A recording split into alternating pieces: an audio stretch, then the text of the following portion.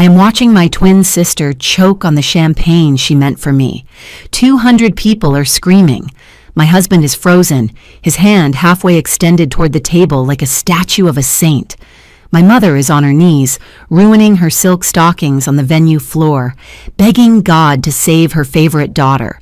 But I am just standing here, gripping the stem of my glass, forcing a smile that feels like it has been carved out of ice. They think this is a tragedy. I know it is an execution, and I am the one who pulled the switch. 60 seconds earlier, everything was perfect, or at least the performance of perfection was holding up. To my sister Chloe, Vanessa said into the microphone. Her voice was amplified, bouncing off the vaulted ceilings of the banquet hall. She stood at the head table, the spotlight catching the sequins on her lavender maid of honor dress. She looked angelic. She always does. That's her superpower. My womb mate, my other half. The person who knows all my secrets. She paused for laughter. The guests obliged. They always do. I watched her hand. It was steady. Manicured nails painted a soft blush pink wrapped around the crystal flute. My flute. The one she had placed in front of my seat less than 5 minutes ago. I was staring at the bubbles rising in the golden liquid, wondering if poison changed the viscosity of champagne. Did it make the bubbles slower? Did it smell like almonds, like in the cheap paperback mysteries we used to read at the beach? Or was it tasteless, odorless, the perfect invisible weapon for a sister who specialized in invisible wounds? I have to admit, Vanessa continued, her eyes glistening with practiced emotion, I was worried about today. You all know Chloe. She's delicate. She smiled at the crowd, a warm, indulgent smile that said, I love her, even though she is broken. I wasn't sure if she could handle the pressure of a wedding, Vanessa said, turning her gaze to me. It felt like a physical touch, cold and damp.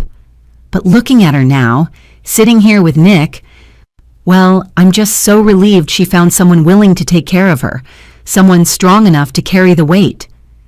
The insult was wrapped in so much cotton candy that nobody else saw the needle inside. My Aunt Carol wiped a tear. My college friends nodded, agreeing that yes, Chloe was a burden, and wasn't it nice that someone picked her up? I wanted to scream. My throat tightened, the muscles contracting until it hurt to breathe. I wanted to stand up and flip the table. I wanted to grab the microphone and tell them about the sabotage, the lies, the way she had systematically dismantled my self-esteem since we were 6 years old. But I didn't. I just sat there, my knuckles turning white against the white tablecloth. So, Vanessa said, raising the glass higher, to Chloe and Nick, to happy endings, and to getting exactly what you deserve. She looked me dead in the eye. There was a challenge in it, a sharp glinting edge that only I could see. She thought I was oblivious. She thought I was the same stupid, trusting Chloe who believed her when she said she accidentally deleted my thesis, or that she forgot to tell my ex-boyfriend I was in the hospital. She thought I hadn't seen her hand hover over my glass 3 minutes ago when she thought I was distracted by the photographer. I had seen it. I had seen the tiny, quick movement, the flash of a small vial hidden in her palm, the pinch of her fingers, the faint dusting of powder dissolving into the fizz. And she didn't know that, when she turned to flirt with the bartender, I had reached out. My heart had hammered against my ribs like a trapped bird, a frantic, bruising rhythm. I had grabbed my glass, the tainted one, and switched it with hers. It took less than 2 seconds. I moved the place cards just in case she checked the rims. To Chloe, Vanessa said, bringing the glass to her lips. I lifted my own glass, the clean one, the one that was supposed to be hers. To getting what we deserve, I whispered. I watched the rim of the glass touch her lipstick. I watched her throat move as she swallowed. Once, twice. A long celebratory draft. She drank deep, confident in her victory. I didn't drink. I just held my glass and waited for the world to end. If you're watching this video, tell me where you're from or what time it is for you. It didn't happen instantly. That was the worst part. The delay made me question my own sanity. Vanessa set the glass down with a satisfied clink. She smiled at the applause, waving slightly to the back of the room. She turned to me, leaning in to whisper something that was surely going to be cruel, something to twist the knife before the sickness kicked in. "You look tense, honey," she murmured, placing a hand on my shoulder. Her fingers were cool. "Relax. The hard part is over." I stared at her pupil. Was it dilating? Was her skin flushing? For 10 seconds, nothing happened. She laughed at something Nick said. She smoothed the front of her dress. Panic started to chew at the edges of my mind. Maybe I had imagined it. Maybe the stress of the wedding had finally snapped my brain in half, just like Vanessa always said it would. Maybe I was the crazy one. I looked at the glass sitting in front of her. It was half empty.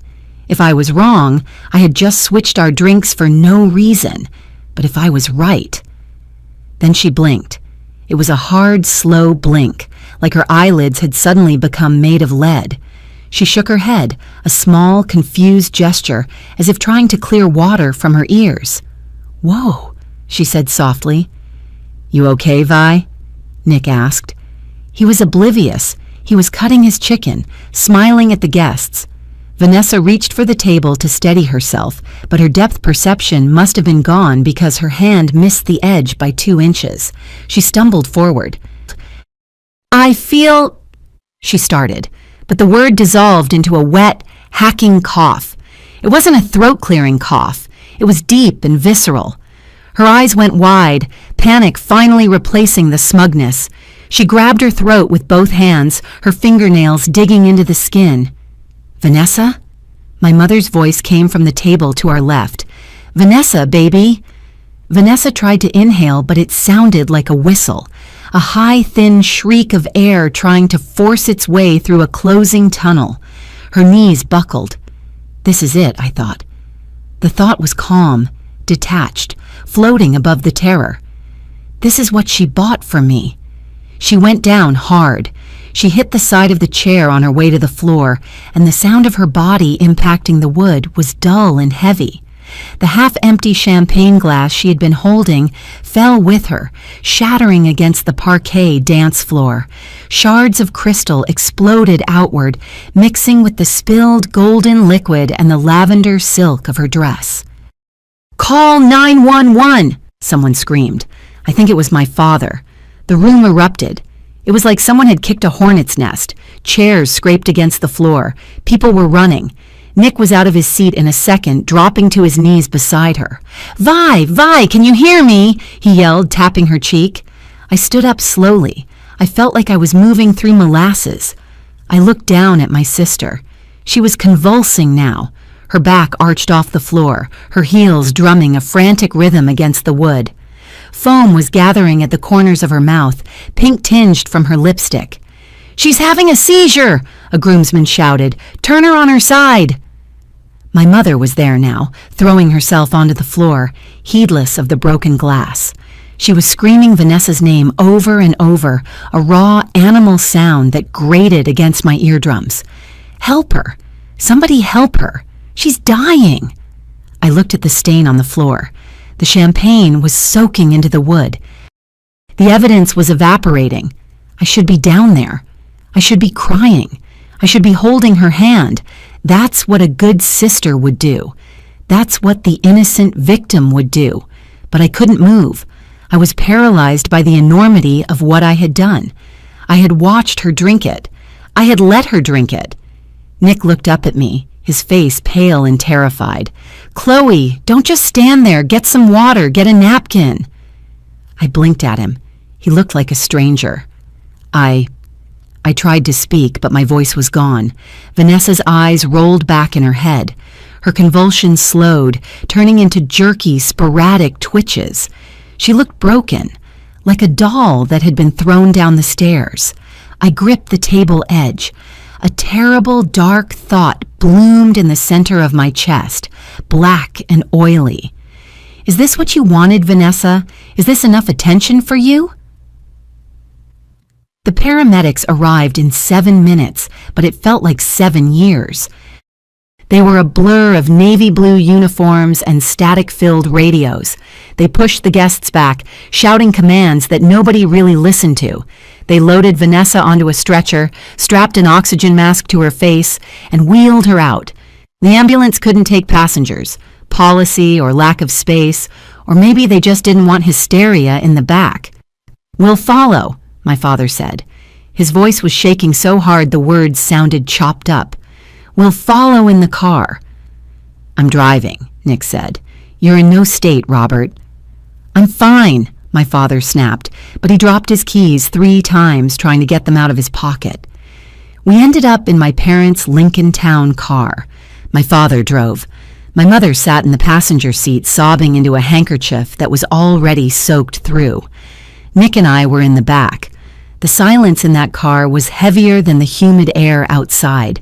It pressed against my eardrums. The only sounds were the hum of the engine, the intermittent wail of the siren ahead of us, and my mother's ragged breathing. I stared out the window. We were doing 80 in a 55 zone. Trees and strip malls blurred into streaks of green and beige. I kept checking my reflection in the glass. Did I look like a murderer? Did I look guilty? I needed to cry. I knew I needed to cry. If I didn't cry, they would wonder why. I forced myself to think about Vanessa dying. I tried to conjure up an image of us as little girls, braiding each other's hair before the jealousy rot set in. I tried to squeeze out a tear, but my tear ducts felt like they had been cauterized. I was in shock.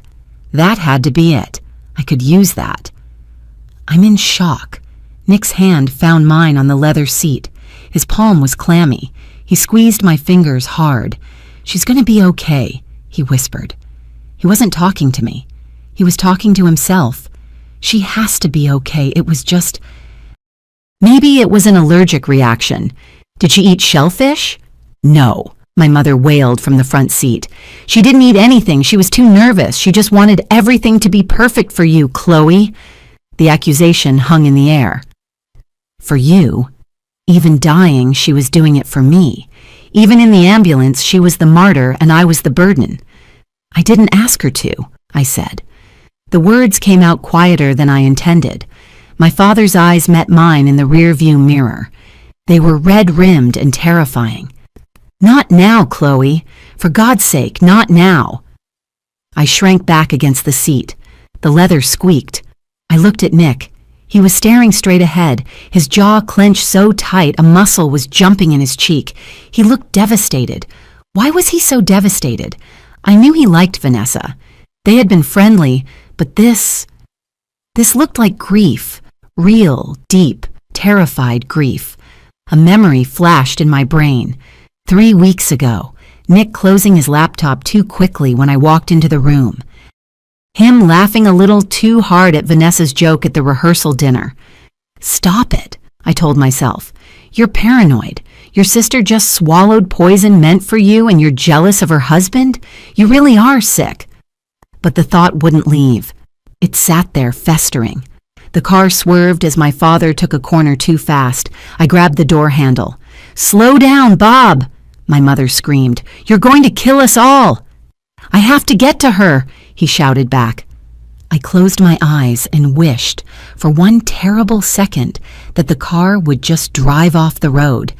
Then I wouldn't have to answer the questions that were coming. The hospital waiting room was a special kind of purgatory. It smelled of antiseptic and stale coffee. The fluorescent lights buzzed with a headache-inducing frequency. We had been there for 40 minutes. My mother was pacing back and forth, her heels clicking on the linoleum. My father was sitting in a plastic chair, staring at his hands.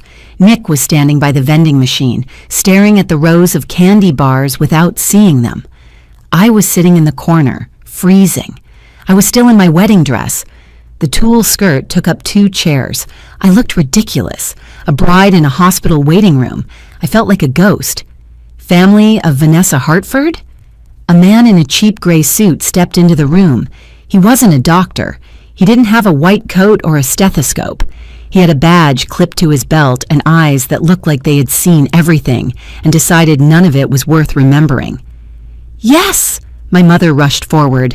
Is she awake? Can we see her? I'm Detective Miller, the man said. He didn't smile. I'm afraid I can't let you see her just yet. Doctors are still stabilizing her. Stabilizing her? My father asked, standing up. From what? What happened?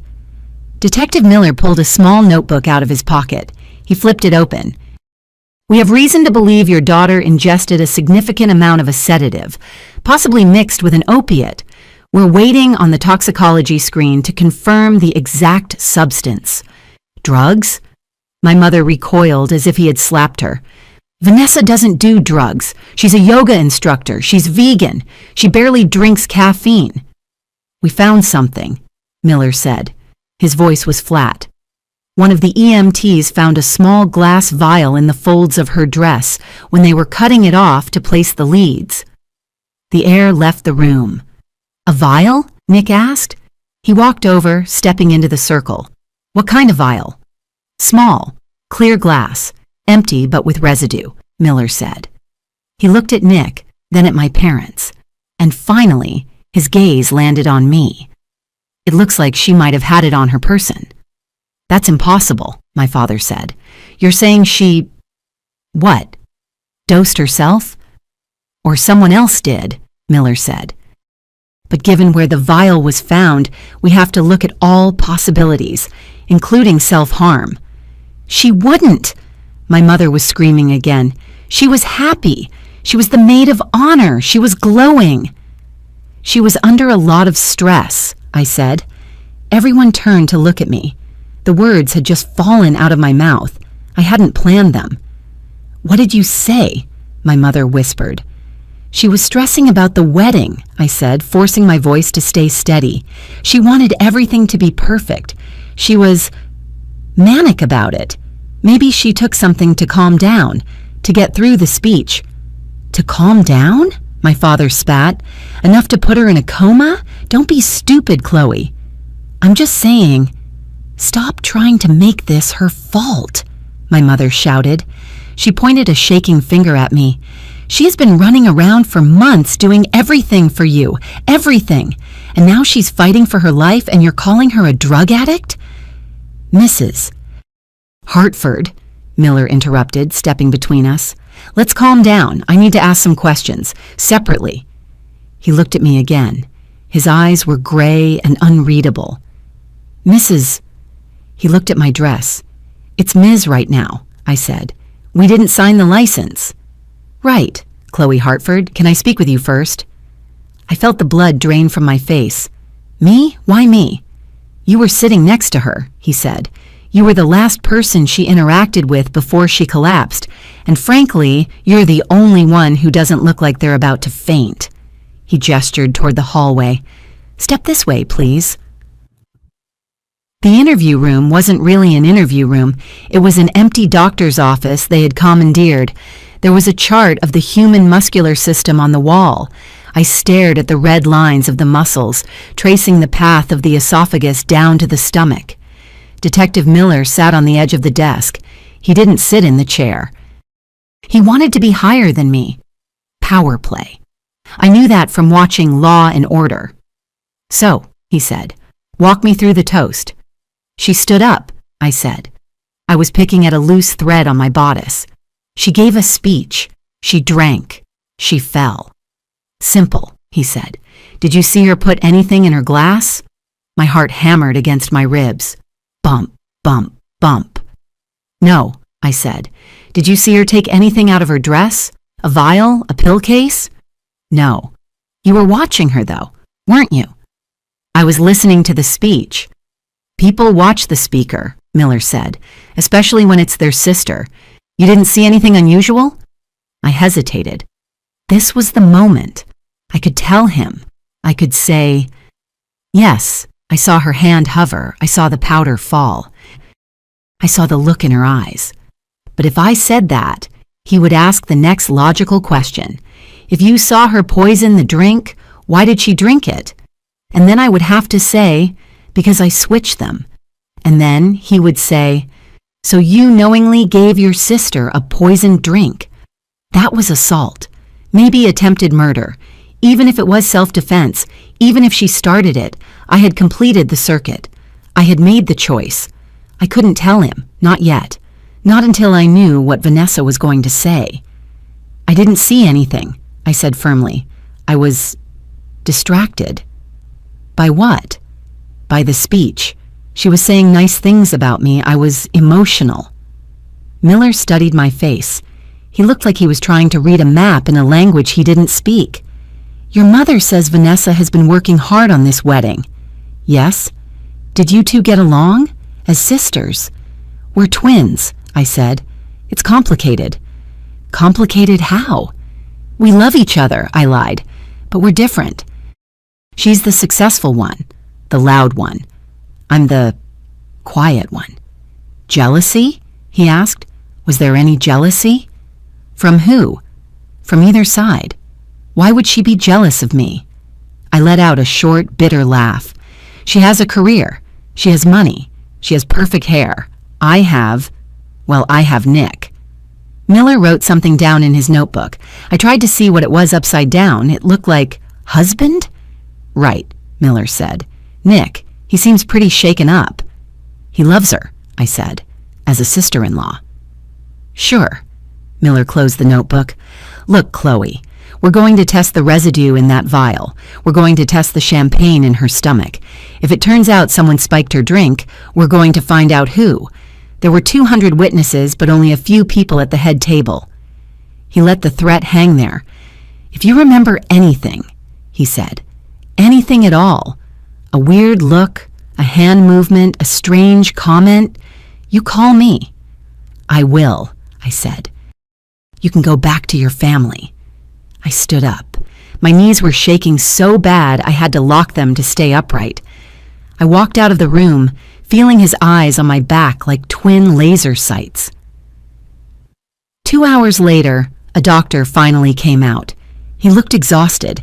He had sweat stains under the arms of his scrubs. Family? He asked. We all surged forward. My mother grabbed the doctor's arm. Is she alive? She is, the doctor said. My mother let out a sob and collapsed against my father. Nick let out a breath that sounded like a tire deflating. She's stable, the doctor continued. It was touch and go for a while. Her respiratory system started to shut down. We had to intubate her briefly, but she's breathing on her own now. What was it? Nick asked. What did she take? Toxicology is still pending for the exact compound, but clinically it presents like a high dose of benzodiazepines mixed with something else, maybe a barbiturate. It's a very dangerous cocktail. Benzo. My father shook his head. Like Xanax? Much stronger, the doctor said. If she hadn't been young and healthy, it could have been fatal within minutes. As it is, she's going to have a brutal headache and some memory gaps, but she should make a full recovery. Can we see her? My mother begged. She's awake, the doctor said. She's groggy, but conscious. He paused. He looked at his clipboard, then at the group of us. She's actually asking for someone specific. My mother stepped forward. I'm her mother. I'm right here. Actually, the doctor said gently, she's asking for her sister. The blood in my veins turned to ice water. Me, I whispered. Yes, the doctor said. She's quite insistent. She keeps saying she needs to talk to Chloe immediately. My mother looked at me. Her expression was a mix of confusion and jealousy. Why you? I don't know, I said. But I did know. Well, go on, my father said, nudging me. Go see what she wants. Tell her we're all here. I think she should rest, I stammered. If she's confused, she's not that confused, the doctor said. She seems very focused on seeing you. There was no way out. If I refused, I looked guilty. If I went in, I was walking into the lion's den. Okay, I said, I'll go. I gathered my skirt in my hands. The tulle was heavy and gray at the bottom from dragging on the hospital floor. I felt like I was walking to the gallows. I followed the doctor down the hallway, room 304. The door was closed. 5 minutes, the doctor said. Don't upset her. Don't upset her. That was rich. I reached for the handle. My hand was trembling. I took a deep breath, trying to fill my lungs with the sterile air. I pushed the door open. The door clicked shut behind me, sealing the room in a vacuum of artificial silence. The air smelled of rubbing alcohol and that distinct metallic scent of illness.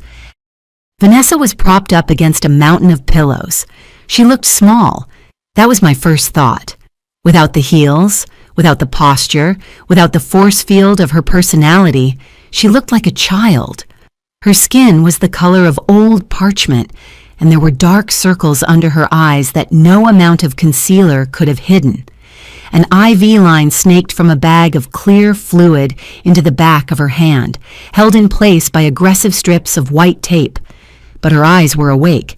They were wide, alert, and fixed on me with the intensity of a sniper looking through a scope. "Hi, sissy," she rasped. Her voice was wrecked, stripped raw by the tube they had shoved down her throat. I stayed by the door, my hand still gripping the cold metal handle behind my back. I didn't want to get closer. I felt like if I stepped into her orbit, I would burn up. "You wanted to see me," I said. My voice sounded hollow, like I was speaking into a tin can. She smiled. It wasn't a nice smile. It was a baring of teeth, a predator acknowledging prey. "Come sit," she whispered, patting the edge of the mattress with her free hand. "Don't be shy, we're family." I didn't move. "I'm fine here." "Suit yourself." She let her hand drop. She adjusted the blanket, smoothing out a wrinkle with exaggerated care. "You were quick, Chloe. I have to give you that. I underestimated you." My heart did a painful flip in my chest. She knew. Of course she knew. But hearing her say it, hearing the confirmation that this wasn't an accident, that we were officially in a war, it made the room spin. "I don't know what you're talking about," I lied. It was a weak, pathetic lie, and we both knew it. "Don't insult me," she said, her voice gaining a little strength. "I saw the look on your face. You saw the powder. You panicked. You switched the glasses." She looked at me with something that looked almost like pride, twisted and ugly. "I honestly didn't think you had the guts," she continued. "I thought you'd just freeze, or maybe knock the glass over, but to switch them?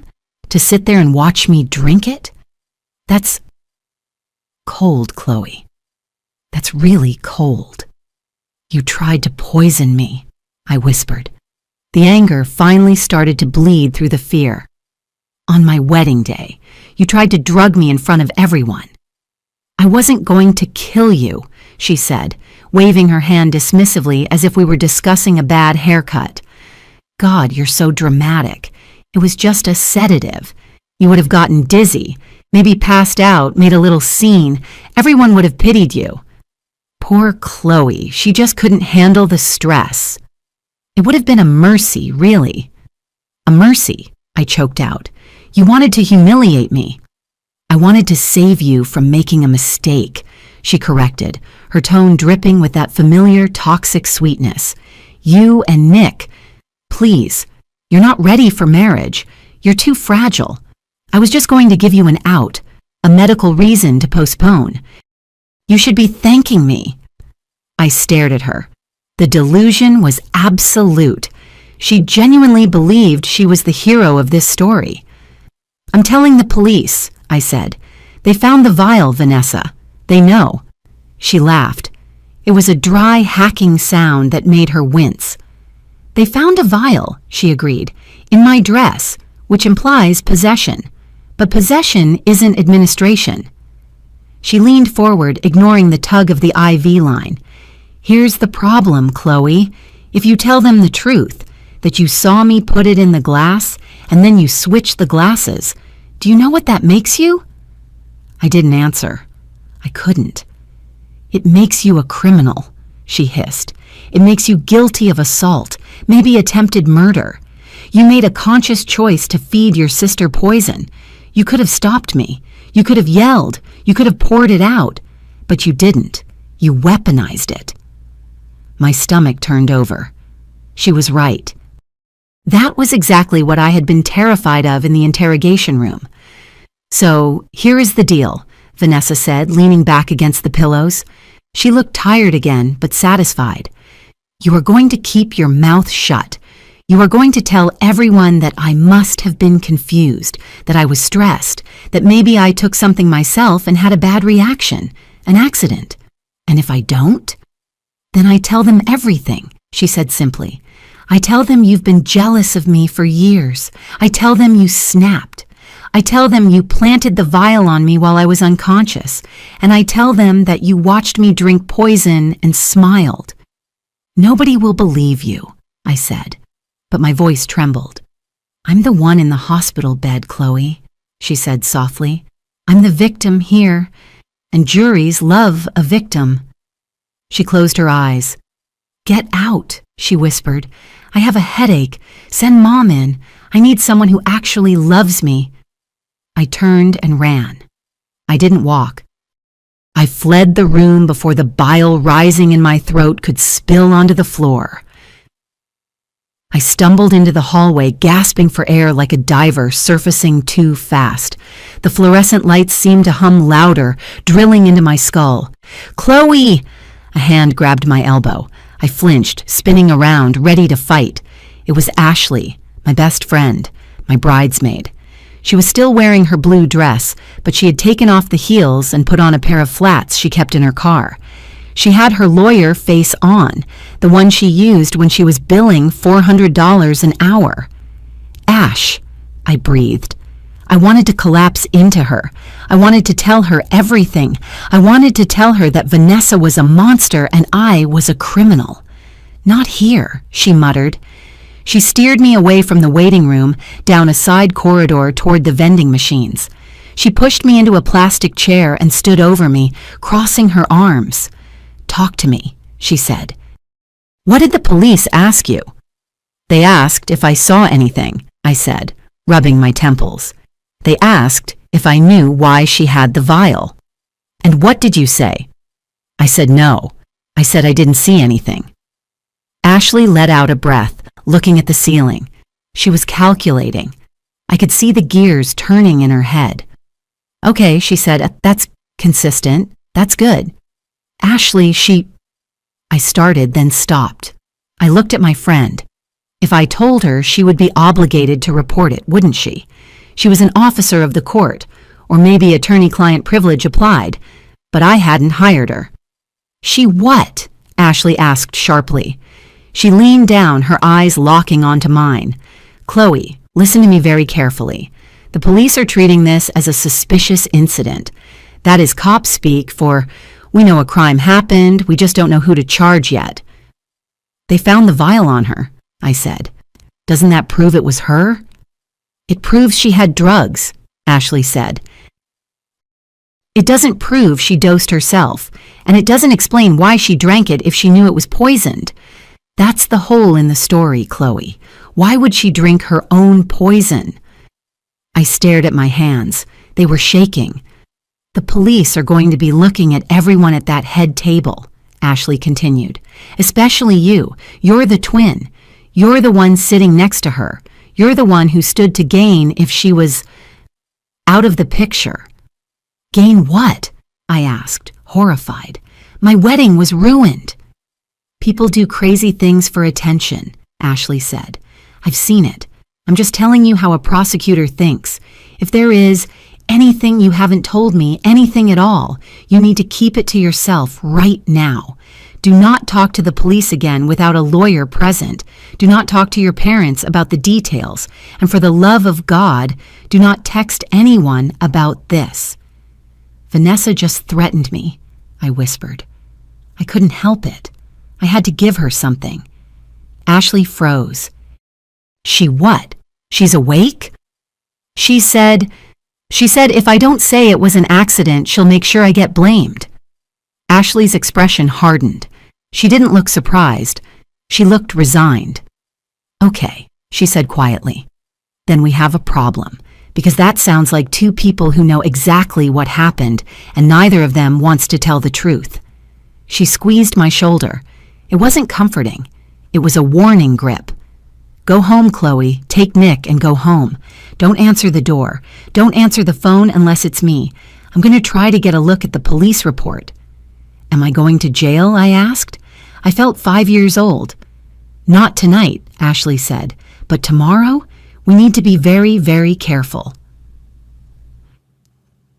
The drive back to our apartment was a blur of red brake lights and silence. Nick drove my parents' car back to their house, picked up his SUV, and then drove us home. We didn't speak. What was there to say? Sorry our wedding turned into a crime scene? We walked into our apartment building at 2 a.m. The doorman, Mr. Henderson, smiled at us as we entered. Congratulations, he beamed, spotting the dress. Long night, huh? You have no idea, Nick muttered, not making eye contact. He marched toward the elevators. I gave Mr. Henderson a weak, trembling smile and followed. I felt like a fraud. I felt like I was wearing a costume. When we opened the door to apartment 4B, the smell hit me. Lilies, the place was full of them. My mother had sent over a pre-wedding surprise arrangement that took up the entire kitchen island. Now they just smelled like a funeral home. A banner hung across the living room, "Just married." I walked past it, feeling sick. I went straight to the bedroom. I needed to get this dress off. It felt heavy, like it was made of lead. It was tight around my ribs, constricting my breathing. It was stained with sweat and the invisible residue of fear. "Chloe?" Nick called from the living room. "Just give me a minute," I shouted back. I reached behind me, trying to find the zipper. My fingers fumbled with the tiny hook and eye. I couldn't get it. My arms wouldn't bend that way, and my hands were shaking too badly. I pulled and twisted, panic rising in my throat. I was trapped. I was trapped in this dress, in this lie, in this life. "Nick!" I screamed. "Nick, help me!" He appeared in the doorway a second later, looking alarmed. He had taken off his jacket and tie. He looked exhausted. What is it?" "Get it off," I sobbed, tearing at the bodice. "Get it off me, I can't breathe." He crossed the room quickly. Okay, calm down, turn around." His hands were cold against my back. He undid the hook. The zipper hissed as it slid down. The tension released and I inhaled a ragged breath. The dress pooled around my feet like a dead thing. I stepped out of it wearing only my white silk slip. I kicked the pile of tulle away. "Chloe," Nick said softly. He reached out to touch my arm. I flinched away. I couldn't help it. "Don't," I said. He froze. "Don't what? Touch my wife?" "We're not married," I snapped. "We never signed the papers." "That's a technicality," he said. "We said the vows. We're married in my eyes." "Are we?" I spun around to face him. The adrenaline was crashing, leaving behind a jagged, angry energy. "Because I feel like I don't know you at all." Nick's face fell. "What is that supposed to mean? I've been here. I've been holding it together all night." "You were crying in the car," I said. "You were shaking, Nick. You looked like your heart was broken." "My sister-in-law almost died," he shouted. "Yeah, I was upset. Is that a crime now? Am I not allowed to care about her?" "You care about her a lot," I said. The accusation tasted sour in my mouth. "Don't you?" He went still. "What are you implying?" "I saw the way you looked at her," I said. 3 weeks ago. When I walked in on you two looking at photos, you closed the laptop so fast you almost broke it." "We were looking at slideshow pictures," he said, "for the rehearsal dinner." "Then why hide it?" "Because," he ran a hand through his hair, "because she was showing me old pictures from before." "Before what?" "Before us," he said. He looked away. "Look, Chloe, I'm exhausted. Can we not do this tonight? Vanessa is in the hospital. The police are involved. Can we just go to sleep?" "Did you date her?" The question hung in the air between us, sucking out all the oxygen. Nick didn't answer immediately. He looked at the floor. He looked at the "Just Married" banner visible through the open door. "It was 5 years ago," he said quietly. "Before I met you. It lasted 2 months. It was nothing." I felt the ground drop out from under me. "You dated my twin sister? And you never told me?" "Because it didn't matter," he pleaded. "She broke it off. We stayed friends. Then I met you, and I fell in love with you. I didn't want to make it weird. Make it weird? I laughed, a hysterical, high-pitched sound.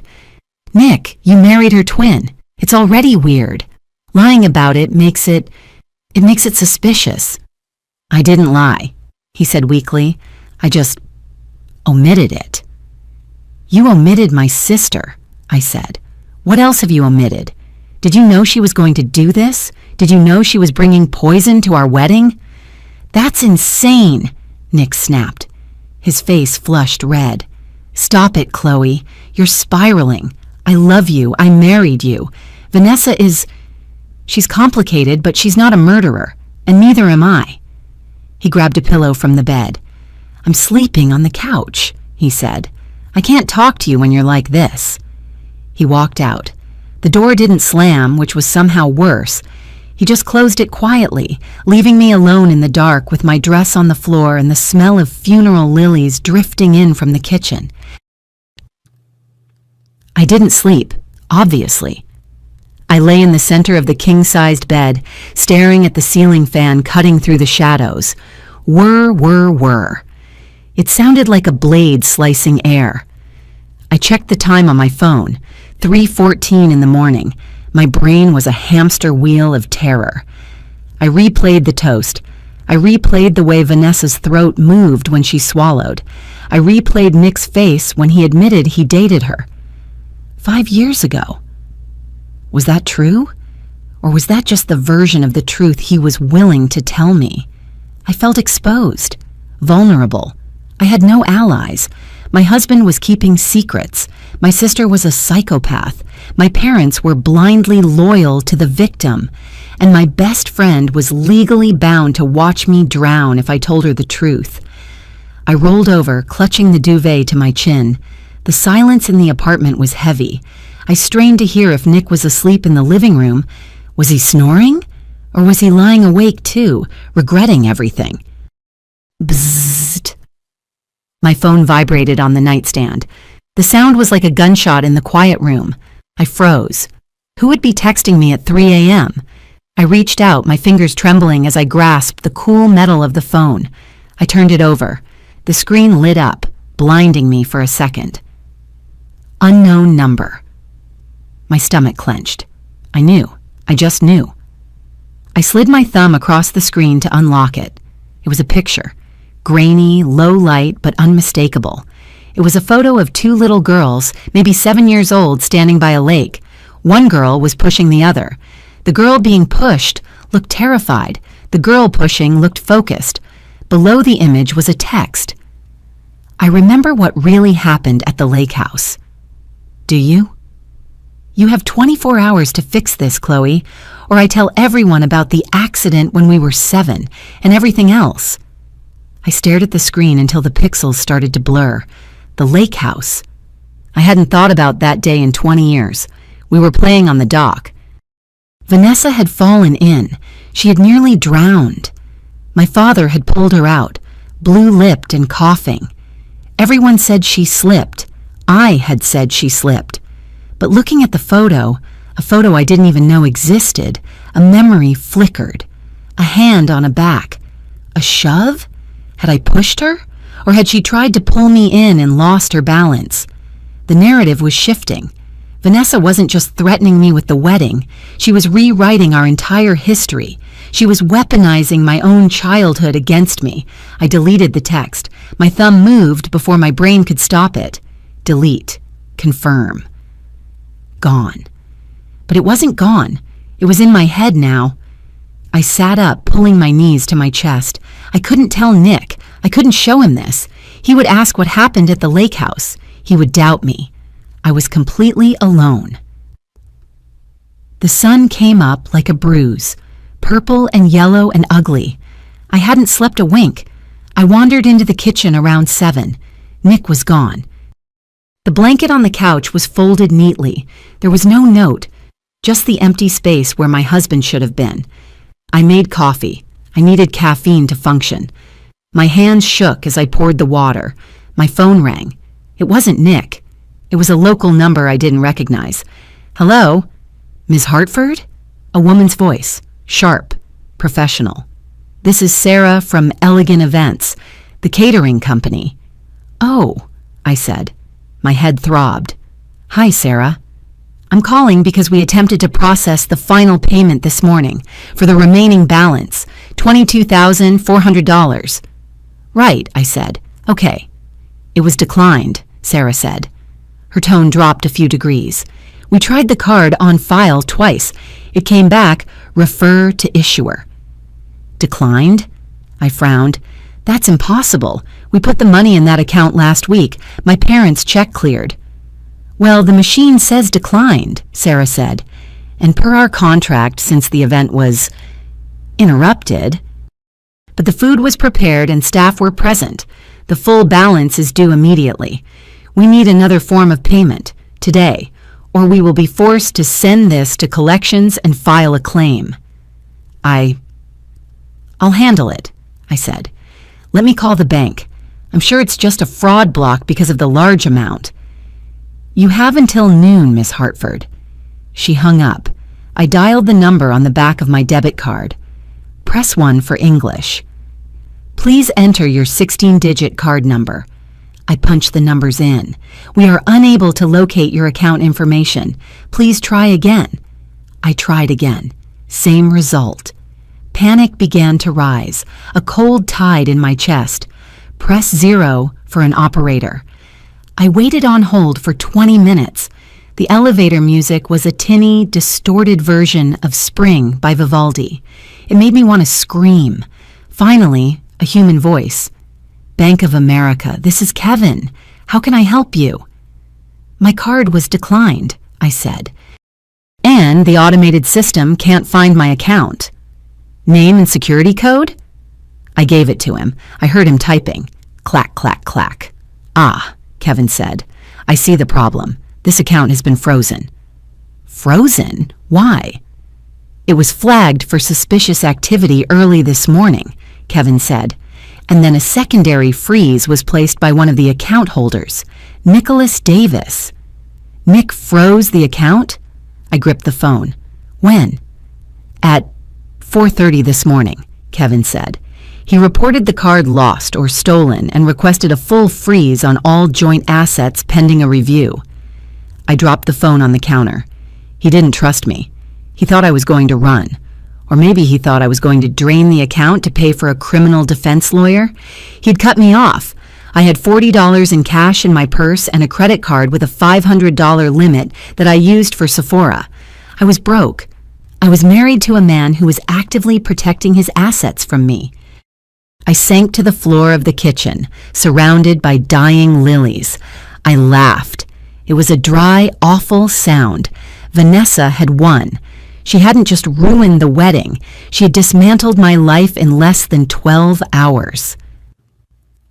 I had to get to the police station. Detective Miller had left a voicemail while I was arguing with the bank, asking me to come in for a clarification on my statement. He didn't say it was mandatory, but the tone implied that if I didn't come, they would come get me. I couldn't take Nick's SUV. He had it. I couldn't take an Uber. I didn't have the money, and the app was linked to the frozen debit card. That left my old Honda Civic. It had 180,000 miles on it, and the air conditioning had died last summer. I drove onto the highway at 10 a.m. The heat was already oppressive, 90 degrees and humid.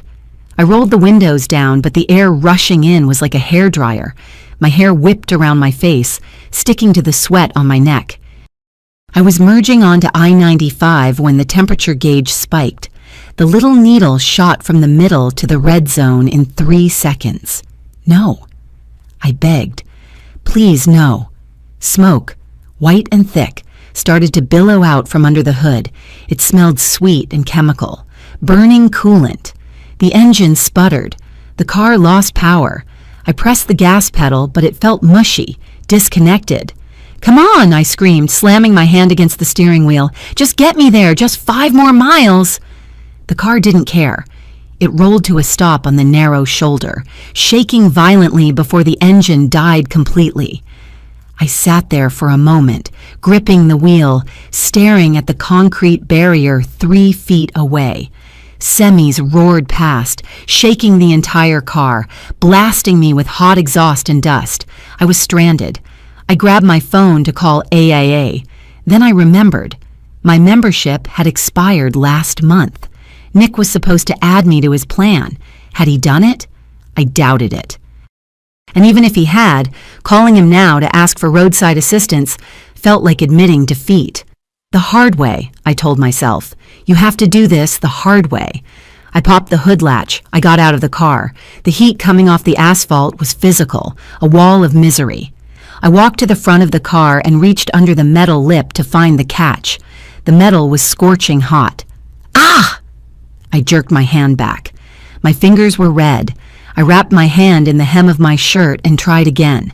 I shoved the latch over and heaved the hood up. A cloud of steam exploded into my face. I coughed, waving my arms, stepping back blindly toward the traffic. A car honked, a long, aggressive blast, and swerved to avoid me.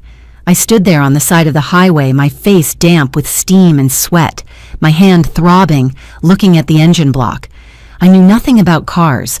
I saw a plastic tank that was bubbling like a witch's cauldron. It was empty of fluid. I had no water. I had no coolant. I had no money. I had no husband to call. I leaned back against the burning metal of the car door and slid down until I was crouching in the dirt and gravel. I put my head in my hands. This was rock bottom. This was what it felt like to be stripped of everything. And in that moment of absolute despair, a thought crystallized in my mind, cold and sharp. Vanessa did this. She didn't just pour the poison, she engineered the isolation. She knew Nick would panic. She knew I would crumble. I lifted my head. I looked at the traffic rushing by. I wasn't going to crumble. I was going to walk. I was going to walk to the next exit. I was going to find a gas station, and I was going to steal a bottle of water if I had to. And then I was going to the police station, and I wasn't going to confess. I was going to fight. I arrived at the precinct looking like I had crawled out of a storm drain, because I essentially had. I had walked 3 miles in the blistering heat to a gas station, where I used 30 of my remaining $40 to bribe a reluctant taxi driver to take me the rest of the way. My hair was plastered to my skull. My shirt was stained with grease from the car hood. My burned hand was throbbing a dull, rhythmic bass line against my ribs. When I walked into the interview room, Detective Miller didn't say anything. He just looked at me. He looked at the soot on my cheek. He looked at the tremors in my hands. He let the silence stretch out until it felt like a physical weight on my chest. "Rough morning?" he asked finally. "Car trouble," I croaked. I needed water. I felt like I had swallowed a handful of sand, but I didn't ask for any. Asking for water was a sign of weakness. It meant I needed him for survival. "Your husband reported your accounts frozen," Miller said. He flipped a page in his notebook. "And your credit card stolen." "He's protective," I lied. "He's worried about identity theft with everything going on." "Right." Miller leaned back. The chair squeaked. "So let's talk about the toast again. We've been reviewing the statements." "I told you everything." "You told me you didn't see anything," Miller corrected. "But here's the thing, Chloe. We spoke to your sister again an hour ago." My stomach dropped. The room seemed to tilt. "What did she say? Did she tell him about the switch?" "She's claiming she saw a hand," Miller said, watching my eyes. "She says she was distracted by a guest, but in her peripheral vision, she saw a hand move near her glass, a hand in a white sleeve." I was wearing a white wedding dress. I forced myself to breathe. Inhale, exhale. If I panicked now, it was over. "She's confused," I said. My voice sounded surprisingly steady, detached from the terror screaming in my brain. She was having a seizure, Detective. Her brain was misfiring. The doctor said she'd have memory gaps. "She was very specific," Miller said. "She said she thinks someone tried to slip something into her drink, and she didn't realize it until it was too late." "Someone?" I asked. "Or me?" She didn't name you, Miller said. She just said a white sleeve. But you were the only person in white within reaching distance. He let that hang there. He was inviting me to confess. He was building a bridge for me to walk across straight into a cell. Just tell us it was a mistake, Chloe. Just tell us you were jealous and you snapped. I didn't touch her glass, I said. And if she thinks I did, she's hallucinating. I love my sister. Do you? Miller asked. Because we pulled the call logs. You two haven't spoken on the phone for more than 5 minutes at a time in 6 months, until the engagement. We text, I said. We're busy. And then there's the matter of the vial. Miller tapped his pen on the desk. Tap, tap, tap. We traced the residue. It's a veterinary sedative, horse tranquilizer essentially, mixed with an opioid. Where would a yoga instructor get horse tranquilizers, Chloe? I don't know, I said. I don't know her dealers. Does she have dealers? I don't know, I snapped. I don't know her life. That's what I'm telling you. Miller stared at me for another long moment. Then he closed the notebook. You're free to go, he said, but don't leave town and fix your car. Walking on the highway is dangerous. He knew. He knew about the breakdown. He had probably seen me on a traffic cam. He was watching everything. Ashley picked me up outside the station. She took one look at me and grimaced. You look guilty, she said. I look like a victim of circumstance. I shot back, buckling the seatbelt. Did you call the venue? Yes, Mr. Gables is expecting us, but he's not happy. He says the police have already pulled the hard drives. They pulled the hard drives? I felt a fresh wave of panic. So it's gone. The footage is gone. He says they made copies, Ashley said, merging into traffic. He still has the backups on the local server, but he's citing privacy concerns about letting us see them. He's worried about liability if we see staff faces or guests. I don't care about liability, I said. I stared out the window at the passing strip malls. I need to see what happened before the toast. Miller said Vanessa claims she saw a white sleeve near her glass. She's planting seeds, Ashley muttered. Smart. She's vague enough to not commit to a lie that can be disproven, but specific enough to cast doubt on you. We arrived at the venue 20 minutes later. It looked different in the daylight, less magical. The flowers were gone. The chairs were stacked. It was just a big empty room that smelled of stale beer and floor wax. Mr. Gables met us in the office. He was a small man with a comb-over and a sweat-stained collar. I really shouldn't be doing this, he said, wringing his hands. The detective said I shouldn't interfere with an active investigation. We're not interfering, Ashley said, using her smooth courtroom voice. We're conducting our own due diligence for the civil liability. Unless you want my client to name the venue in a lawsuit for failing to provide a safe environment? It was a bluff. We had no grounds to sue, but Mr. Gables didn't know that. He paled. No lawsuit, he said quickly. I can't let you take copies. We just want to watch, I said. Please, just the hour before the reception started. He sighed and typed a password into his computer. 12345. I memorized it instantly, just in case. Here, he said, turning the monitor. This is camera B. It covers the head table. I leaned in. The screen showed the empty ballroom. Staff were buzzing around like ants, setting silverware. Fast forward, I said, to 5 o'clock. He clicked the mouse. The timestamp jumped. There. Vanessa. She was standing at the head table, alone. It was before the guests arrived. She was arranging the place cards. Stop! I yelled. Mr. Gables froze the frame. What is she doing? Ashley whispered. On the screen, Vanessa was leaning over my spot. Her back was to the camera, blocking her hands, but her shoulders were moving. She was doing something precise, something careful. She's messing with the glasses, I said. A cold shiver went down my spine, not the metaphorical kind, but a literal, physical shudder that rattled my teeth. She was prepping it. She was marking them. We can't see her hands, Mr. Gables pointed out. She could be adjusting a fork. She's not adjusting a fork, I said. Look at her head. She's looking around. She's checking for witnesses. It wasn't proof. It wasn't the smoking gun. But it was something. She had been there alone, with the glasses. Can you check camera C? Ashley asked.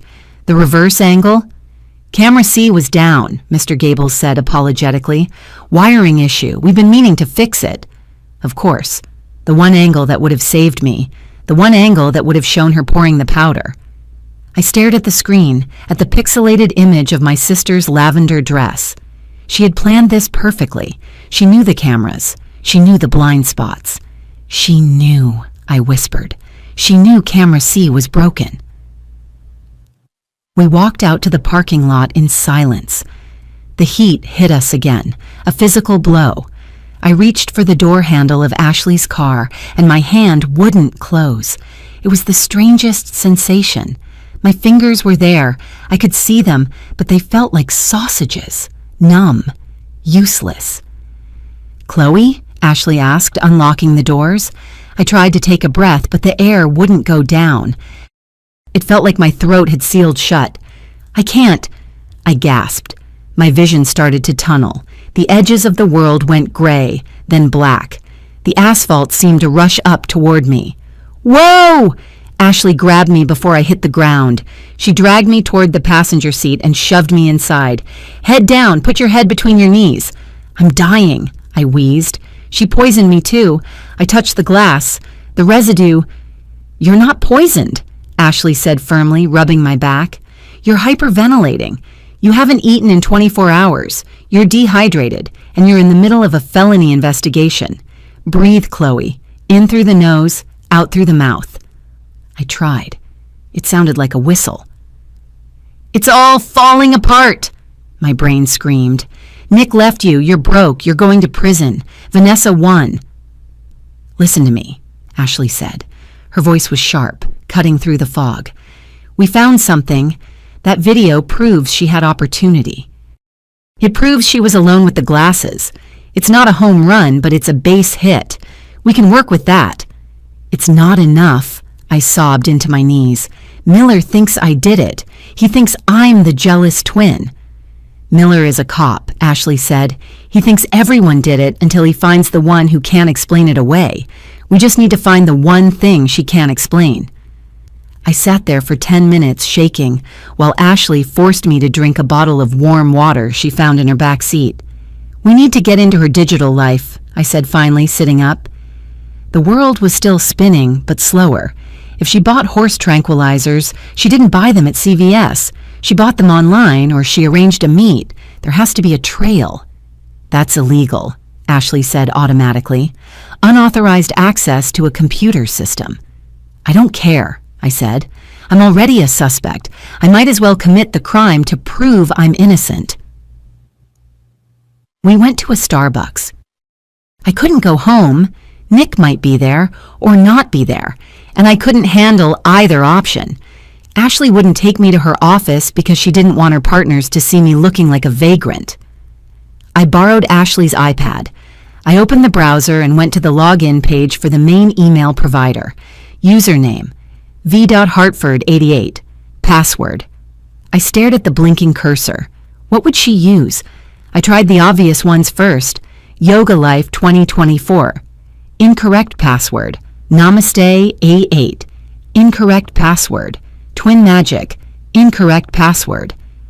Think, Ashley hissed, looking over her shoulder. Don't lock it out. I'm trying, I snapped. She changes them every 3 months. She's paranoid. I closed my eyes. What mattered to Vanessa? What was the one thing she cared about more than anything? Winning. I typed, number 1, incorrect password. I typed, perfect day. Incorrect password. A red box appeared on the screen. Too many failed attempts. Account locked for 24 hours. Please contact support or answer your security questions. Damn it! I slammed the iPad down on the table. Coffee sloshed over the rim of Ashley's cup. Great, Ashley said, grabbing a napkin. Now she'll get a notification that someone tried to hack her. I needed to see her emails, I whispered. I needed to see the receipts. We're not going to find it this way, Ashley said. Real life isn't a movie, Chloe. You can't just guess password 3 and get the smoking gun. If she bought drugs, she probably used a burner email anyway. She kept the vial, I said. She kept the vial in her dress. She's sentimental, Ashley. She keeps trophies. I looked at Ashley. I need to get into her apartment. Absolutely not, Ashley said. That is breaking and entering. That is burglary. I have a key, I lied. I didn't have a key. Vanessa had taken mine back 3 years ago after I watered her plants and overwatered her precious orchids. You do? Ashley looked skeptical. Yes, I said, and I need to pick up her insurance card for the hospital. Mom asked me to. If you go there, Ashley said slowly, and you get caught, I can't help you. I can't be your lawyer if I'm your accomplice. Then don't come, I said. Just drop me off. Mr. Russo was 60 years old, Italian, and had always liked Vanessa because she brought him cookies at Christmas. Cookies she bought at a bakery and claimed she baked herself. I stood in the lobby of her building, trying to look like a concerned sister and not a desperate fugitive. I had cleaned my face in the Starbucks bathroom, but I still looked manic. I pressed the buzzer for the super's unit. Yeah? Mr. Russo? It's Chloe, Vanessa's sister. The buzzer clicked and the door unlocked. He met me in the hallway. He was wearing a tank top and holding a wrench. I heard, he said, shaking his head. Terrible. Just terrible. Is she okay? She's going to be okay, I said, forcing my eyes to fill with tears. It wasn't hard. I was on the verge of crying constantly anyway. But she's in a lot of pain, and she wants her special pillow, the memory foam one. She can't sleep with the hospital ones. Ah, sure, Mr. Russo said. She loves that pillow. I seem to have left my key at the wedding venue, I said, in the chaos. Could you let me in, just for a minute? He hesitated. He looked at me. He looked at my burned hand, which I was trying to hide behind my back. I don't know, Chloe, he said. Strict rules. No unauthorized entry. Please, Mr. Russo, I begged. I grabbed his arm. She's asking for me. She's scared. I just want to bring her some comfort. Please. I laid it on thick. I channeled every ounce of fragile little sister energy I had. I made myself small. I made myself pathetic. It worked. It always worked. People love to help the helpless. All right, he sighed, reaching for the master ring on his belt. But just for a minute, and don't touch anything else. I don't want to get in trouble. Thank you, I breathed. You're a lifesaver. He walked me to the door of 3C. He unlocked it. I'll wait here, he said. Oh, I said. Panic spiked. I couldn't search with him watching.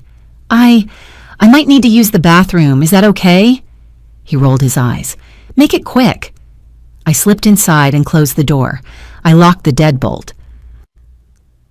The apartment smelled like lavender and expensive candles. It was immaculate. Not a speck of dust, not a shoe out of place. It was a showroom for a life that didn't exist. I moved fast. I checked the bedroom first. I tore the pillowcases off, checking inside. Nothing. I opened the nightstand drawer. Eye mask, earplugs, a journal. I flipped through the journal. It was blank. Of course it was. She wouldn't write down her thoughts. Her thoughts were evidence. I went to the closet. Rows of color-coordinated blazers. I felt the pockets. Nothing. Chloe, Mr. Russo pounded on the door. Everything okay in there? Just finding the pillow, I shouted back. It wasn't on the bed. I ran to the kitchen. I opened the freezer. Some people hide money in the freezer. I found a bag of frozen kale and a bottle of vodka. I was running out of time. Where would she hide it? Where would she keep the things that fueled her hate? The bathroom. I ran in. I checked the medicine cabinet. Nothing but high-end skincare. Then I looked at the vent cover near the floor. It was slightly askew. The paint was chipped around the screw, as if it had been removed recently. I dropped to my knees. I used my fingernail to turn the screw. It was loose. It came out easily. I pulled the grate off. Inside, resting on the dusty metal ductwork, was a shoebox. I pulled it out. My heart was hammering so hard I thought it would crack my ribs. I opened the lid. It wasn't money. It wasn't drugs. It was paper. On top was a letter on thick, cream-colored stationery. I recognized the logo instantly. Parsons School of Design. I picked it up. My hands shook so bad the paper rattled. "Dear Miss Hartford, we are pleased to offer you admission to the fall cohort." "What?" I whispered. I had never received this letter. I had received a rejection email, a cold, generic rejection email that had sent me into a depression for 6 months. She had intercepted the acceptance. She had hidden it. I dug deeper. There was a folded piece of notebook paper. I unfolded it. It was in Andrew's handwriting, my college boyfriend, the one who ghosted me senior year. "Chloe, I can't do this anymore. I know about the guy from your psych class. Vanessa showed me the texts. I hope he makes you happy." He thought I cheated. She had fake texts. She had shown them to him. I sat back on my heels on the cold tile floor, surrounded by the debris of my stolen life. It wasn't just the wedding. It wasn't just Nick. She had stolen my career. She had stolen my first love.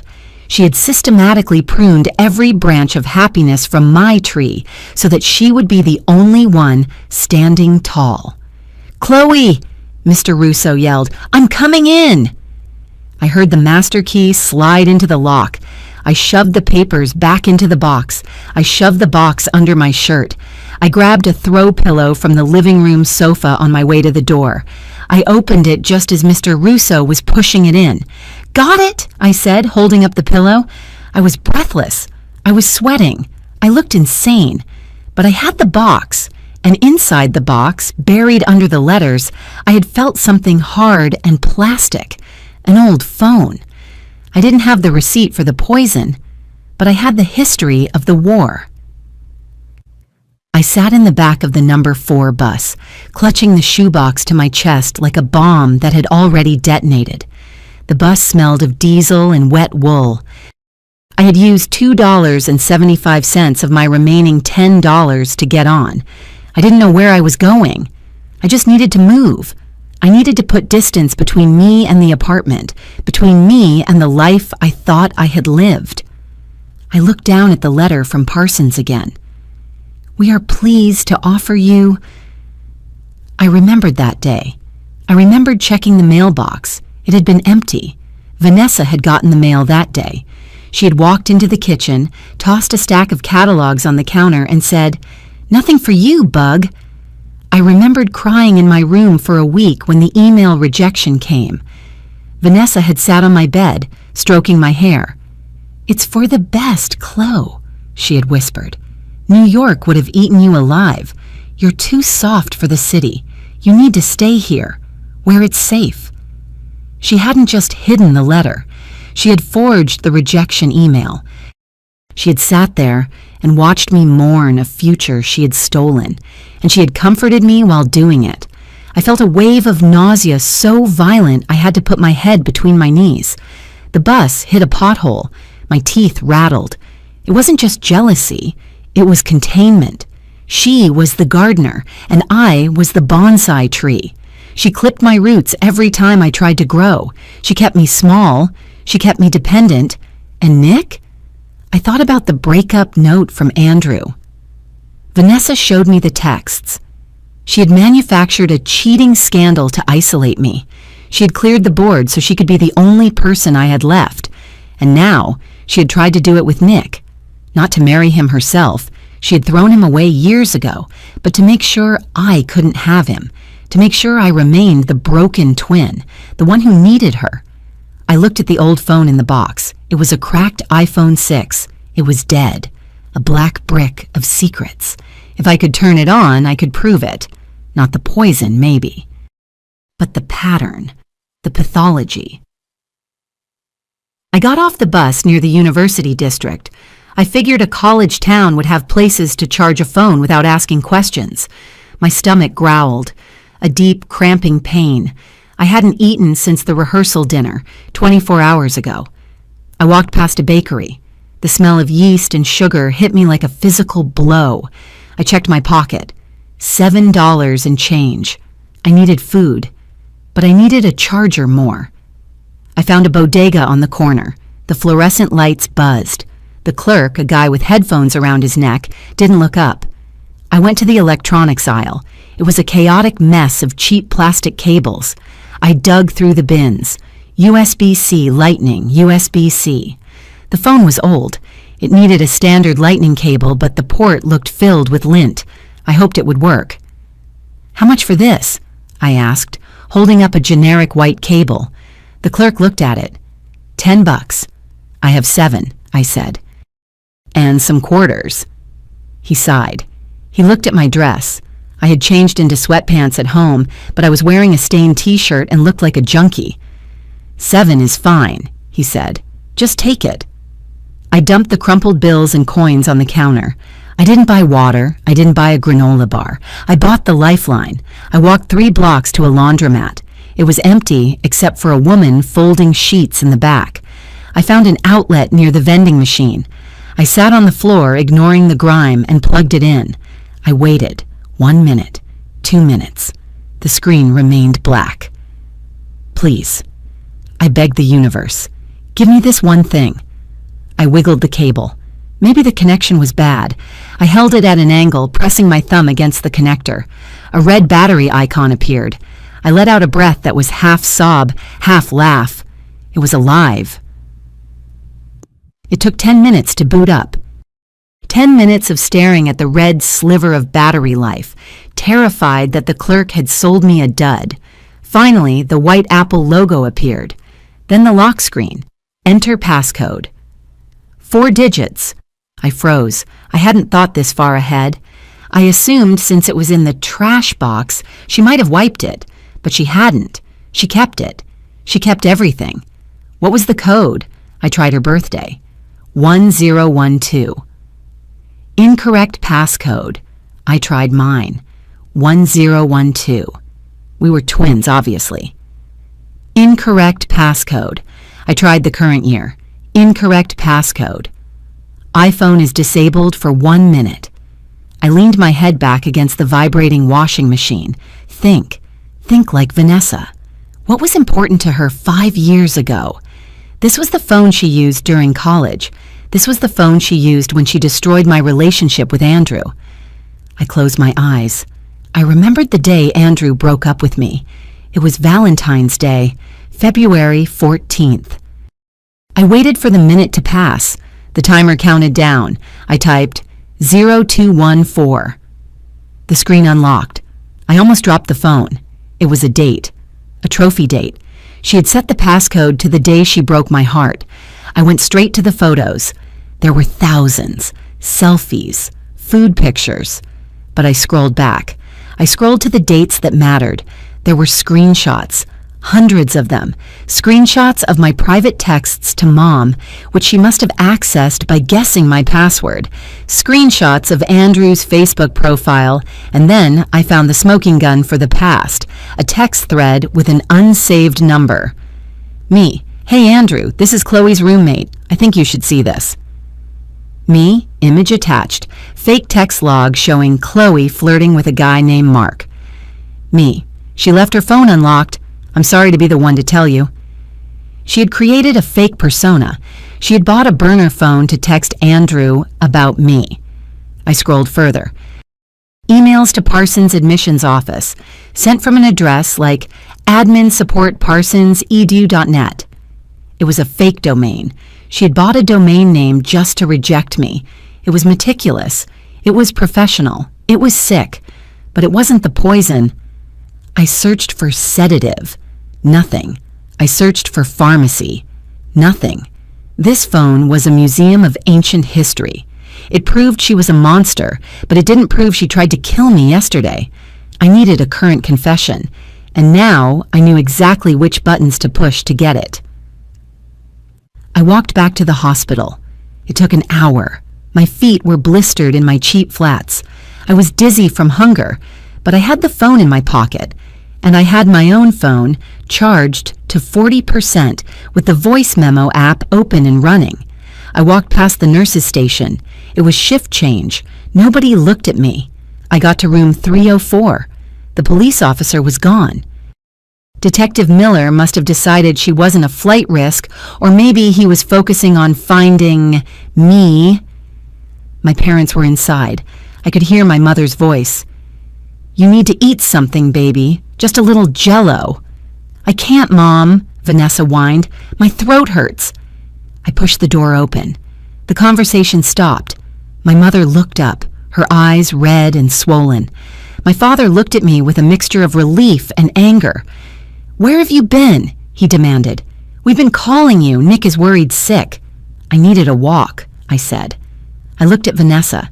She was watching me, her eyes narrowing. She knew. She could smell the change in me. I wasn't the scared little sister anymore. I was the one who knew about the box. "Can I speak to Vanessa?" I asked. "Alone?" "No," my mother said sharply. "You've done enough upsetting her." "It's okay, Mom," Vanessa said. Her voice was weak, but her command was absolute. "I want to talk to her." "We need to clear the air." "Are you sure?" my father asked. "Yes, please, just give us 5 minutes." My parents hesitated, then walked out. My mother brushed past me without looking at me. The door clicked shut. I didn't sit down this time. I stood at the foot of the bed. "I found the box," I said. Vanessa didn't flinch. She didn't gasp. She just tilted her head like a bird studying a worm. "What box?" "The vent in your bathroom," I said. "The Parsons letter, Andrew's note, the phone you used to catfish him." I pulled the old iPhone out of my pocket and held it up. "I know everything, Vi. I know you've been destroying my life for 10 years. I expected her to scream. I expected her to deny it. I expected the rage I had seen in the childhood photo. Instead, her face softened. Her shoulders dropped. She looked at me with a profound, terrifying sadness. "Oh, Chloe," she sighed. "You weren't supposed to see that." "Why?" I asked. My hand was in my pocket, clutching my phone. The red recording bar was pulsing. "Why did you do it? Why did you hate me that much?" "Hate you?" She laughed softly. "I don't hate you. I adore you. You're my twin." "You ruined my career," I said. "You ruined my relationship." "I saved you," she corrected. Her voice was gentle, reasonable, toxic benevolence in its purest form. "Chloe, look at you. You wanted to go to design school in New York? You would have been eaten alive. You have panic attacks when the toaster pops too loud. You would have washed out in a semester and come home broken. I just spared you the failure." "And Andrew? Andrew was cheating on you," she lied. "Or he was going to. He was weak. I just accelerated the inevitable. I didn't want you to waste your best years on a loser." "And the poison?" I asked. "Was that saving me too?" She looked at the ceiling, then back at me. "Nick isn't the one, Chloe. I dated him. I know. He's boring. He's safe. You settled for him because you think you can't do any better, because you think you're damaged. So you tried to kill me?" "No," she said firmly. "I told you. It was a reset button, a medical emergency to pause the wedding, to give you time to think, to give us time to fix you." "You put horse tranquilizers in my champagne," I said clearly.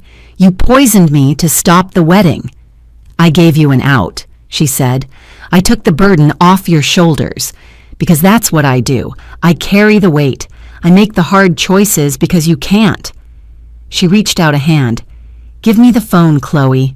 It's over. You know I did it for you. You know I love you more than anyone else in the world. Who else would protect you like this?" It was dizzying. She was twisting reality in real time. She was framing her sadism as martyrdom. "You're sick," I whispered. "I'm the strong one," she said, "and you need me. You always have. Now put the phone down and come give your sister a hug. We'll tell the police it was a mistake. We'll fix this. Together." I backed away. "No," I said. "I'm done being fixed. I turned and walked out. "Chloe," she called after me. "Chloe, don't do this. You'll regret it." I burst into the hallway. My parents were sitting in the waiting area. I ignored them. I ran for the elevator. I hit the lobby and sprinted out the automatic doors into the humid night air. I made it to the parking lot before I stopped. I pulled my phone out of my pocket. My hands were shaking so hard I almost dropped it. Voice memo. 4. Duration. 0612. I hit play. I needed to hear it. I needed to hear her say, "I gave you an out. I took the burden." I needed the jury to hear it. Static. A loud rhythmic whoosh, whoosh, whoosh. "What?" I whispered. I pressed the volume button up. Whoosh, whoosh, whoosh. And then, faintly, a muffled voice. "Love you, sister." Then a loud clang, a cart rolling down the hallway, then more static.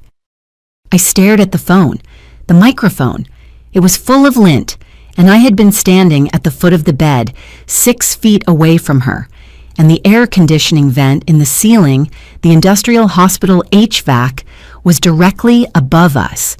It had drowned her out. I could hear my own voice clearly. "You put horse tranquilizers in my champagne." But her response was a garbled underwater murmur. It wasn't evidence. It was noise. I had the truth. I knew exactly who she was. But as far as the law was concerned, all I had was a stolen box of old letters and a recording of me accusing a sick woman of a crime she didn't clearly admit to. I sank down onto the curb. Psst. My phone vibrated in my hand, a text from Ashley. "Chloe, where are you? Miller just called me. They got the toxicology report back, and they found a purchase history on your laptop." My laptop. Vanessa hadn't just used her phone, she had used mine. She had logged into the dark web or wherever she bought the drugs using my IP address, probably when she was helping me with wedding planning. "They're issuing a warrant, Chloe. You need to turn yourself in, now." I stared at the text from Ashley. Warrant issued. The words didn't look real. They looked like pixels arranged in a joke. A warrant for me, gay. Because of a purchase history on a laptop I hadn't opened in 3 weeks. I stood up, my knees popped.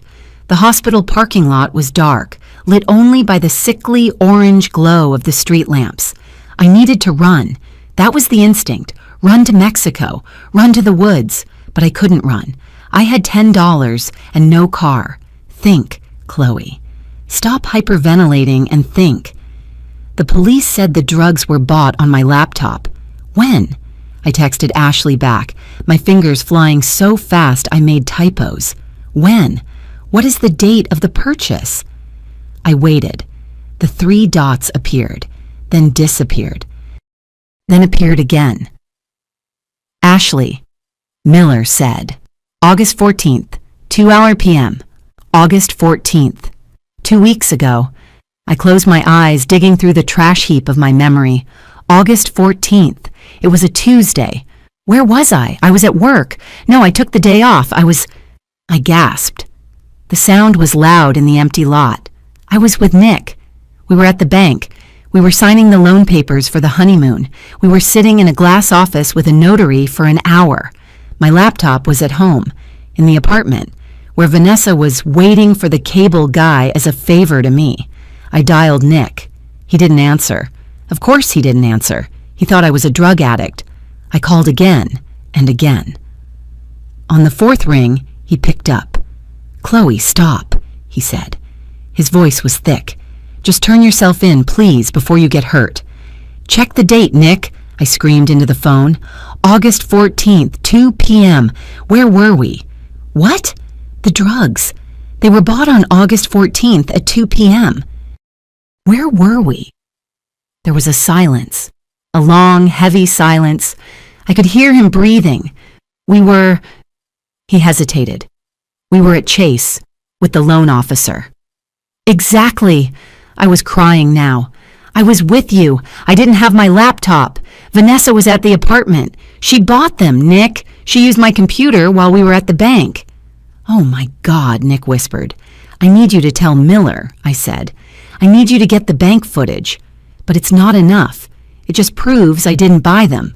It doesn't prove I didn't switch the glasses. She's still saying she saw a white sleeve. Chloe, where are you? I'm going to finish this, I said. I'm going to get the video. There is no video, Nick yelled. The security cameras were down. Not the security cameras, I said. The B-roll. I hung up. I ran. I ran out of the hospital complex, down the main road, ignoring the cars that honked at me. I was a woman in sweatpants and flats, clutching a stolen shoebox, running like the devil was snapping at my heels. The videographer, Leo, worked out of a studio apartment in the Arts District. It was 2 miles away. I ran until my lungs burned. I ran until the blisters on my feet popped and bled into my shoes. I didn't care. Pain was just information. The information was, you are still free. I got to his building at 7:15 p.m. I buzzed his unit. No answer. I buzzed again. Long, short. Who is it? A annoyed voice. Leo, it's Chloe Hartford, I shouted at the intercom. The bride from yesterday. Open the door. Chloe? I heard about... Isn't the police looking for you? Leo, if you don't open this door, I will scream fire so loud the fire department will break it down. I need to see the raw footage. The buzzer buzzed. I took the stairs 2 at a time. I pounded on his door. Leo opened it. He was wearing pajama pants and holding a half-eaten burrito. He looked terrified. I don't want trouble, man, he said, backing up. I saw the news. They said you're dangerous. I'm not dangerous, I panted, pushing past him into the apartment. It smelled like weed and electronics. I'm framed. Where are the SD cards? From the wedding? They're on the drive, he said, pointing to a massive monitor set up. I was just culling the reception footage. Show me, I ordered. Show me the head table, before the guests sat down. I wasn't shooting then, Leo said. I was setting up the tripod for the speeches. You were testing the angles. I grabbed his mouse. My hand was shaking uncontrollably. You always test the angles. I paid $3,000 for the Candid Moments package. Show me the Candid Moments. I started clicking folders. Card A, Card B, Card C. Hey, don't delete anything, Leo yelled. I'm looking for a white sleeve, I screamed. She said she saw a white sleeve. I need to prove she's lying. I found a file. MVI 4902 MUV. Timestamp 4:48 p.m. I hit play. The screen showed the cake table. It was a beautiful shot, shallow depth of field. The icing roses were in sharp focus, but in the background, blurry but visible, was the head table. Enhance it, I said. Zoom in. It's not CSI, Chloe, Leo said. If I zoom in, it gets pixelated. Just do it. He leaned over and pinched the trackpad. The image expanded. The cake blurred out. The background came forward. There she was, Vanessa, in her lavender dress. She was standing over my place setting. She looked left. She looked right. Then she reached into the top of her dress. Her hand came out. It wasn't a white sleeve. It was a bare arm. She held her hand over the glass. And then, clear as day, even through the pixels, she tipped her hand. A white powder cascaded into the champagne. Holy, Leo whispered. She roofied you. Keep watching, I commanded. On the screen, Vanessa stirred the drink with her finger. She wiped her finger on a napkin. Then she walked away. Where am I? I asked. Where was I? Leo fast-forwarded. 4:52 p.m. I walked into the frame. I sat down. I looked at the glass. I looked around. I looked scared. Then my hand shot out. I grabbed my glass. I grabbed hers. I switched them. You switched them, Leo said. He looked at me, eyes wide. You actually switched them. Self-defense, I whispered. It's on tape. It's all on tape. I heard sirens. They were close, loud, coming down the street. They tracked your phone, Leo said. He looked at the window. Red and blue lights were flashing against the brick wall across the alley. Copy it, I said. Put it on a flash drive. Now. They're going to kick my door in. Do it, I slammed my hand on the desk. "Or I swear to God I will tell them you were my accomplice." Leo scrambled. He grabbed a USB drive. He dragged the file. Copying. 20 seconds remaining. I heard boots on the stairs. Heavy thuds. 10 seconds. "Police! Open up!" 5 seconds. The door shook. Someone kicked it. Complete. Leo yanked the drive out. He threw it at me. I caught it. The door splintered open. 3 officers burst into the room with guns drawn. "Hands! Show me your hands!" I raised my hands. I held the USB drive in my left fist like it was a grenade. I held the shoebox under my right arm. "Don't shoot!" Leo shrieked, diving behind his sofa. "She broke in. I didn't do anything." "Chloe Hartford." Detective Miller stepped into the room. He was wearing a Kevlar vest. He looked angry. "Get on the ground, now! I have proof!" I yelled. I didn't get on the ground. I stood there, shaking. "I have the video. It wasn't me. She bought the drugs on my laptop when I was with Nick. Get on the ground." Miller tackled me. It wasn't gentle. He hit me at waist level. I went down hard. My chin hit the wood floor. I tasted blood. He wrenched my arms behind my back. The handcuffs clicked. The metal bit into my burned skin. "You have the right to remain silent," Miller recited, panting.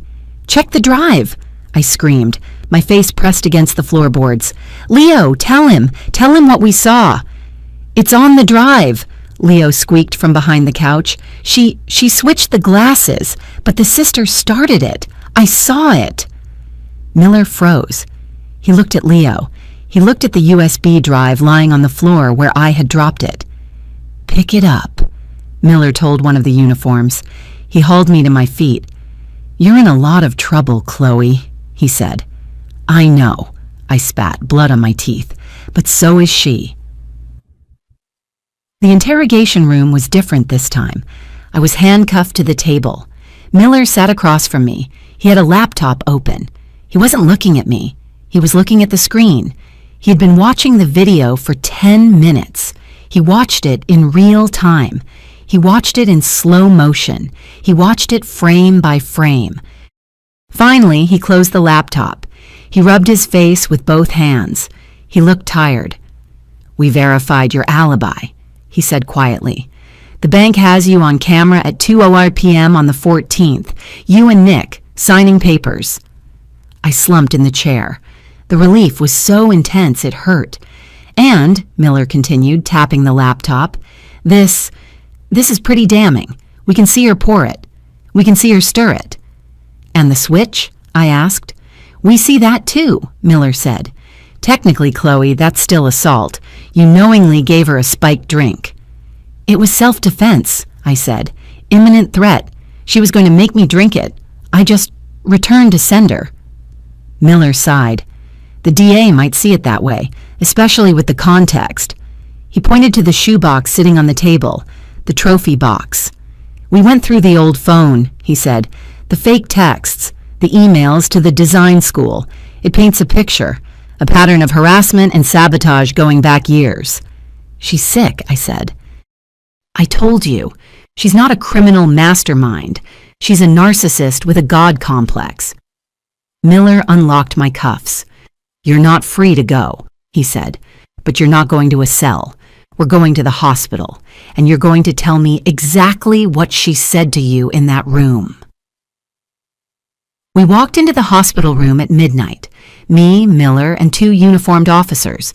Vanessa was sleeping. She looked peaceful. The IV was still dripping fluids into her arm. Miller turned on the lights. Vanessa woke up. She blinked, squinting against the glare. She saw me. She smiled. "Chloe," she whispered, "did you come to your senses? Did you tell them?" Then she saw Miller and the uniforms. Her smile faltered. "What's going on?" she asked. Her voice tightened. "Why are they here?" "Vanessa Hartford," Miller said, stepping forward. "You are under arrest for the attempted poisoning of Chloe Hartford, as well as identity theft and computer fraud." "What?" Vanessa sat up. No, you have it wrong. She did it.